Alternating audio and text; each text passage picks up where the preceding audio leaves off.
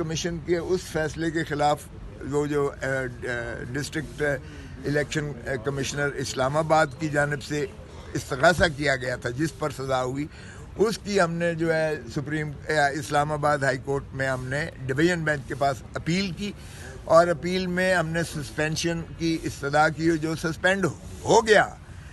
وہ سسپینڈ کر دیا گیا، لیکن بعد میں ہمارے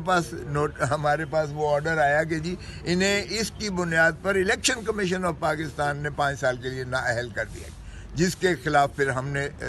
اسلام آباد ہائی کورٹ میں درخواست دی کہ اس کو بھی معطل کیا جائے، جو انہوں نے کہا کہ یہ قابل پذیرائی نہیں ہے، قابل سماعت نہیں ہے، وہ خارج کر دی۔ تو اس کے خلاف وہ تو 1 سیکنڈ لگنا چاہیے تھا کہ اس میں ہوتا۔ اب دیکھیں الیکٹورل پروسیس سپریم کورٹ بارہا کہہ چکی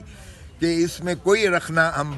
گوارا نہیں کریں گے، اور مسٹر جسٹس اظہر من اللہ صاحب نے جو اپنا نوٹ لکھا ہے، اتنا خوبصورت احاطہ کیا ہے 1947 سے، انہوں نے کہا ہے کہ اس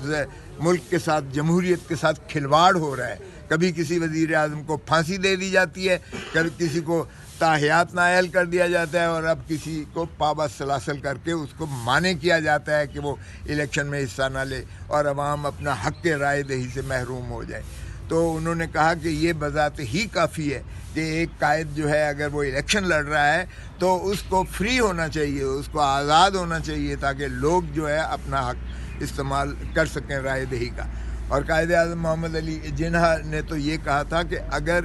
قیادت نہیں ہے تو رڈر لیس ہے وہ پارٹی، رڈر لیس،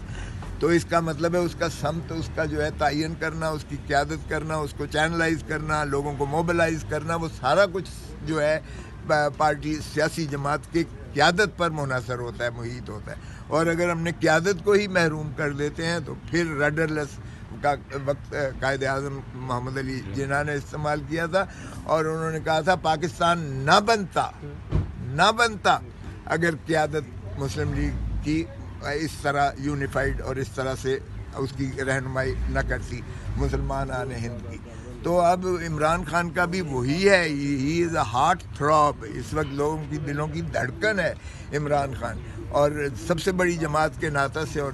کوئی گیلپ سروے دیکھ لیں 80 سے 90% لوگ جو ہے وہ پی ٹی آئی اور عمران خان ہی کو متصور کرتے ہیں کہ وہی ان کو انشاءاللہ مسیحا بن کے اس ملک کے حالات کو سنوارے گا اور سدھارے گا۔ تو آج میں نے یہی استدعا کی کہ جناب وہ پھر پٹیشن ہم نے دوبارہ اس کو ریکنسٹرکٹ کر کے دائر کی ہے دفتر میں، مہربانی کر کے اس کو لگا دیجئے گا، تاکہ کیونکہ 30 تاریخ تک سکروٹنی ہے، عمران خان 3 حلقوں سے لڑ رہے ہیں الیکشن،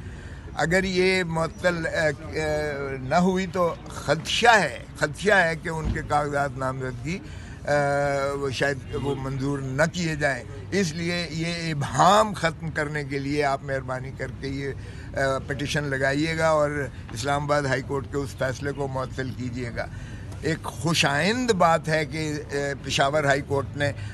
بلے کا سمبل جو ہے بحال کر دیا، اور الیکشن کمیشن کے اس فیصلے کو، بدنما فیصلے کو جو ہے وہ معطل کر دیا۔ اور یہ دیکھیں جو پارٹیاں خوش ہوتی ہیں، پوچھے ان سے کوئی کہ اگر آپ کے شیر کا سمبل لے لیا جاتا ہے تو کیا ہوگا آپ کا حال الیکشنز میں، لوگ کنفیوز ہوں گے۔ اسی طرح اگر تیر کا سمبل وہ نشان لے لیا جاتا ہے دوسرے سے